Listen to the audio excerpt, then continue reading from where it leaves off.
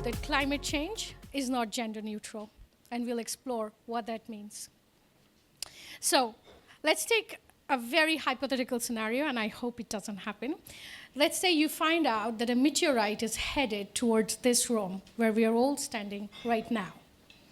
Who would we vacate first? Probably, if there are children, they go first, and there's a priority. Why do you think we do that? That's because we know that everyone will not be affected the exact same way. Some sections will be disproportionately more affected than the others. And that's true for climate change as well. Everyone is not being and will not be affected the exact same way. And I know this because of the various coastal, inland, agricultural, and many other communities across the world that I've been exposed to in the last 10 years through my work. So even though I'm not talking about robotics and AI, I'm going to talk about what I've seen while I was traveling and working and building various businesses. Meet Susie and Bono. They live in Mozambique. Their typical day involves getting water from the nearby lake, and then they bring it home, and then they wash and clean clothes, and if they find a couple of hours, they go to school.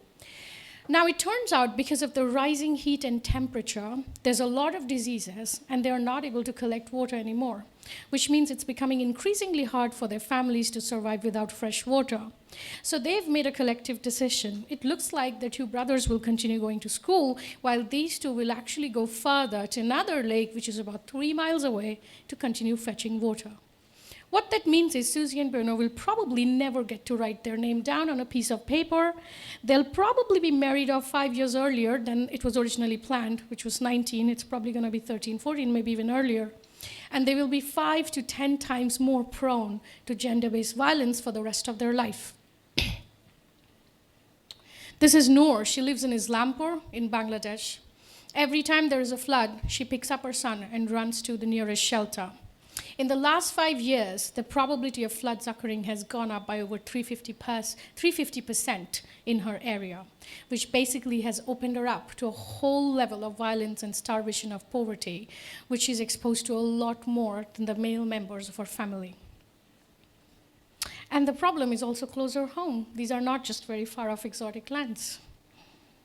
This is Alicia. She lives in Jerez, which is southern part of Spain. If any of you have been there, lovely place. She works from home and writes a blog, and her kid goes to daycare. With increasingly higher temperatures in southern Spain, it turns out that her son is repeatedly more and more sick in the summer than he used to be. So she and her partner have made a decision that they will pull him out from daycare and keep him at home, which means she will no longer be able to work from home and write this blog, which means the income of their household will go down by over 45% and will completely devastate her sense of self-esteem. Now, here is the interesting thing. All that is doom and gloom, but here is the fun thing and the very positive thing. The disproportionately affected members of our world and community are also the ones who hold the key to the bigger solutions than the rest. So Project Drawdown talks about how society is the third biggest pillar to solving. And what do they mean by that? We all know silviculture or permaculture is a big way we can restore the planet. If that scenario works out, do you know how many gigatons of carbon we'll be able to draw down? 22. If we restore Amazonian tropical forests, do you have any idea how many gigatons we'll be able to draw out in that scenario? 54. If you empower females, give them education and access to reproductive rights, the scenario is 69 gigatons. Marcha Fornin is a very famous feminist and gay rights activist in Indonesia. And she says that the people that you don't see are the ones that you don't reform, but they are the ones who hold the key to the biggest solutions. We need not look any further. You can see this is, does anyone know who this is? Mia Mottley of Barbados, who's leading the policy change in Caribbean. I've met her a couple of times at the UN, where I've been a couple of times for some of their global meetings, and she's absolutely leading the charge in all the policy changes in Caribbean and pushing all the male leaders to act. This is an absolutely beautiful story and my personal favorite. This is Zeola. She lives in Ecuador.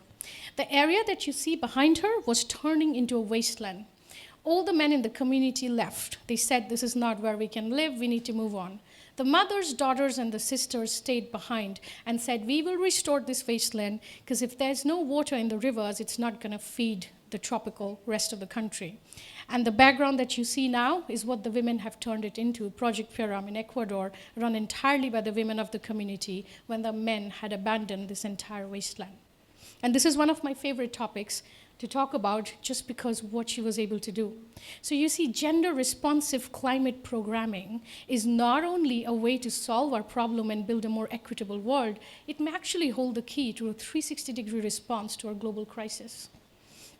And we need not look any further. We are all here in this room because of Juliet, who just spoke, my very dear friend.